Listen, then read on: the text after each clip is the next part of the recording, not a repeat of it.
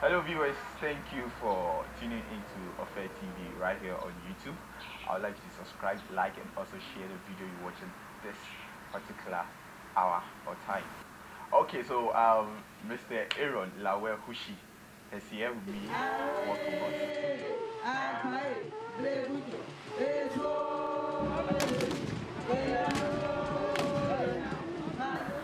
Okay, so you spoke about conflicts when it comes to Songor, and you just spoke about monopolizing the whole thing. But first, let's look at the history behind Songor. Can you tell us a brief history behind Songor? Brief history about the Adan Songor and the settlements around the place. So we have the name Gandami, and the Gandami are just the two of the 10 tribes of the 12 tribes of Israel. One of them is Gad, and the other one is Dan.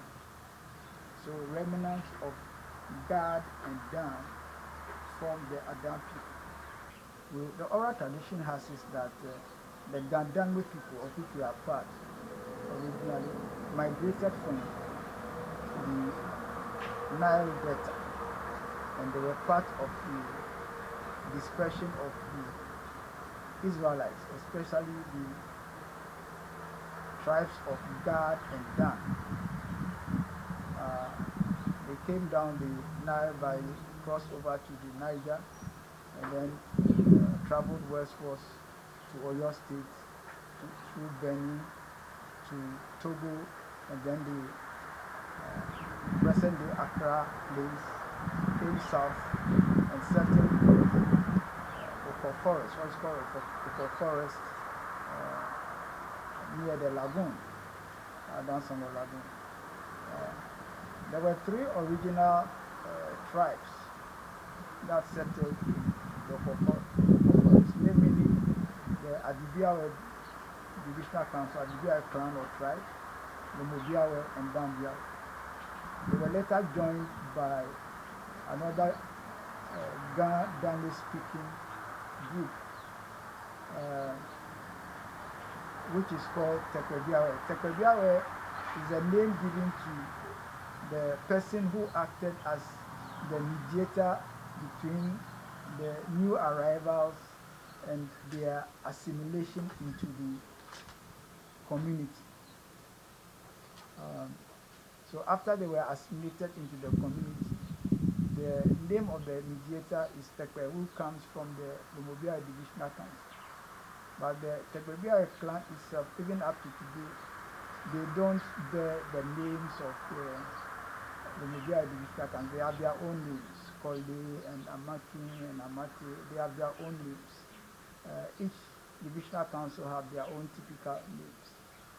Later, the community, the Oko community, was joined by the Ewe-speaking people,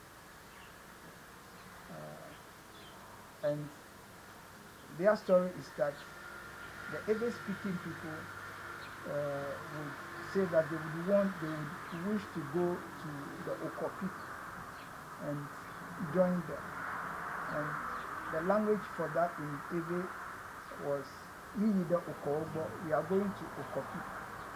So it was coined, they were called Kogbo people. And even up to today, they shared offices or functions. And Kogbo people hold what we call the Manklaro. The Manklaro is like somebody who keeps guard of the community. Then the second group of people who joined the Oko community are the account speaking. And account speaking, right now we have three divisional councils or three tribes.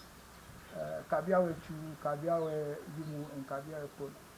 So that traditional council that administers the Songor Laguna is made up of 10 tribes or 10 divisional councils, with the paramountcy going to the account speaking people. The Manklalo, or the chief guard, goes to the Ewe-speaking people. And the Oko people were mainly the priesthood. They were holding the priesthood of the lagoon. Each of these clans have their deities and uh,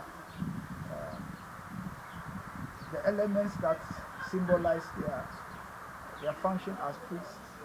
The Adibiawe people are the worshippers of the sun god, Ra, La Lue, or La priests. The Lobobiawe people are the rain and the thunder god. The Dambia people are for the defense god, goddess of God, and it's called Ablao. And then when the deity of the Songor Lagoon revealed itself to the Oko people, that was assigned to the Tekwebia people. So up to now, the Tekwebia Divisional Council hold the priesthood for the salt or the lagoon goddess called Yomo or Old Baby or Libi. Libi also apparently is a coinage from the Jewish Israeli language. You know, we have the tribe of Levi that was in charge of the priesthood. So Levi became Libi. So we have the Libi priesthood that is in charge of the lagoon and the salt religious ceremonies.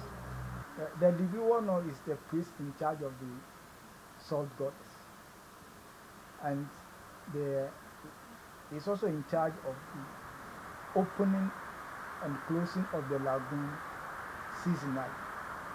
We have the salt season, like about this year when the rains are about to start. We are getting to the close of the salt rainy, the major salt rainy season. And then after the rains, when the dry season sets in and salt begins to crystallize in the lagoon, the Levi priesthood is the chief administrator. And they also mount guards to protect the salt from being harvested before it matures. So when the salt matures, then public announcement is made, especially through the paramount chief, and people go in from all walks of life to win the salt. You only pay a toll. You levy the salt you collect, and at the end of the day, revenue from the salt is divided into three portions. The Bibi priesthood and the Tekwebia division, those who are in charge of the guarding the salt and this administration, they take 1/3 of it. One third? Yes. Then the paramount stool. The paramount stool is made up of the Adibiawe, Lemobiawe, Tekwebiawe, and then the Dambiawe. And then the I can't speak in, especially Kabiawe chief. They have been assigned the role of the paramount chief. The paramount chief is Adibiawe, Kabiawe chief. Actually, the lead tribe is Adibiawe, but Adibiawe delegated the function of the paramount chief to the Kabiawe chief. So these are the major roles that the various clans play. Paramountcy went to the Kabiawe people, Mankralo went to the Akan-speaking people, and the Oko people were in charge of mainly the priesthood. Okay, so that means the Oko people are the real owners of the Songor Lagoon. Yes. That's what you mean. Yes. So how come Maggie, I'm sure you know Maggie, how come was Maggie shot because of Adasombo? Well, Magi's killing Songor has.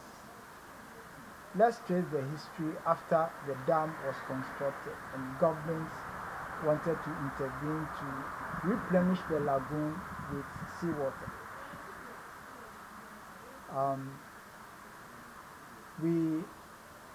The first attempt was made by the CPP government, Kwame Nkrumah's government. the approach to the traditional council was traditionally in charge of the administration of the lagoon. But when the request was made, I've seen that letter in 63, the then traditional council rejected the offer or the request for government to take over the lagoon and then also to work on the adverse effects of the dam. The adverse effects of the were contained in the feasibility study of the dam. So government had to do something to redress all the water bodies lower the dam that were adversely affected. Water was no more flowing into the lagoon from the river. And so as for the fishing industry, it collapsed completely. What was remaining now was the salt industry, because the lower the fresh water, the more salt you get. So the fishing industry virtually collapsed, and rather the salt industry came up. So Kwame Nkrumah's government was overthrown in 1966. And after the overthrow in 1966, we have the Second Republic, and political ideology and philosophies changed. CPP was public administration, and the Progress Party government, Buzia at that time, was on property owning democracy. Excuse me, I sometimes say it's property stealing democracy. Not property owning democracy. But the attempt was made by the CPP backed company called Vacuum Salt Production Limited. They are pro-Adam traditional council. Before you continue, why did you say it's stealing? Oh, we'll come with property stealing means taking something by force or by trickery. You are armed, you have the gun behind you, and then you say you want to buy something. So something was taken by force, right? Yes. So we'll get there. We'll get there. So continue with your history. I'm interested. So Vacuum Salt Products Limited approached the Adam Traditional Council for the lease of the entire lagoon. And the idea was to bring in seawater into the lagoon, pump into adjoining lands, crystallizing ponds outside the lagoon, so that they could crystallize salt outside the lagoon. So the lagoon itself became a brine reservoir connected to the ocean. Now, the ocean is inexhaustible. Sunshine that is needed to dry the concentrated brine, there's no meter on it. So, from my perspective, there should be no need for any fight or any conflict over the lagoon and its resources, because the resources we have are natural resources, God-given resources. It is inexhaustible. Can you finish pumping sea water from the sea if the sea is connected to the lagoon? But human nature being what it is, Vacuum wanted to monopolize the lagoon. And once you monopolize a resource like that, everyone else became your slave or your employee. Other people objected, some youth, especially a lawyer at that time called Lawyer Bahati. They objected to the, actually a list was given by the Traditional Council to Vacuum Salt Products Limited, supposedly for the whole lagoon, for 75 years. That was in 1970-71. So there was this objection that, first and foremost, it was not reasonable to give this strategic resource to only one company, one person. Besides that, traditionally, 75 years was too long a time. And that we, like Jewish background and the biblical background, the maximum time is the Jubilee, 50 years. So that was the first objection, that it should not be more than 50 years. And after 50 years, the property reverts to the original owners. Having said that, to get that one done, the section of the dam agitators decided to get another Denwick-speaking person to come and challenge Vacuum Salt over the monopoly. So they invited a business person based in Mingo with Adan origins as a mother council member called Mr. W.D. Marty Wilson Bully Marty, popularly called Buddha. So advice he gave the Adan people was that he suspected that the lease agreement on paper was smaller than the actual size of the lagoon. So that in effect, even though he had the lease on paper, he was paying less than he was supposed to pay to the Adan traditional. That was the first agreement. The second one is I've already mentioned. The number of years, 75 years, was untraditional, was biblical. According to our tradition and custom, we never give landed property for more than 50 years. So these were the two main things. 75 years lease was unconstitutional, traditional. The maximum should be. So after 50 years, the resource reverts back to the original owners. The second one was that the size of the lagoon on paper was smaller than the actual size. So Mr. Nate hired surveyors who came and surveyed the whole lagoon. And lo and behold, the lagoon was bigger than the size of the lagoon granted to vacuum salt to those people. So he also made a move for the traditional council to grant him a lease of the difference. I'll compare the difference of what is on paper was about 12,000 acres, but the actual lagoon was close to 30,000 acres. So W.D. Nati also got about 8,000 acres of lagoon and adjoining lands for his company. Even there was a third issue that they raised, that even if the lagoon was to be leased to anyone at all, the Yomo section, there's a sacred section of the lagoon called Yomo for the priesthood, for the Dibi priesthood, and that one was sacred and it should be taken out of the lagoon concession granted to anybody. So let me repeat, there are three issues. The Yomo sacred section of the lagoon should not be leased out because it's a place of worship. And the second one, the number of years should not exceed 50 years. And the third issue is that it looks like there is under invoice, whatever we call it.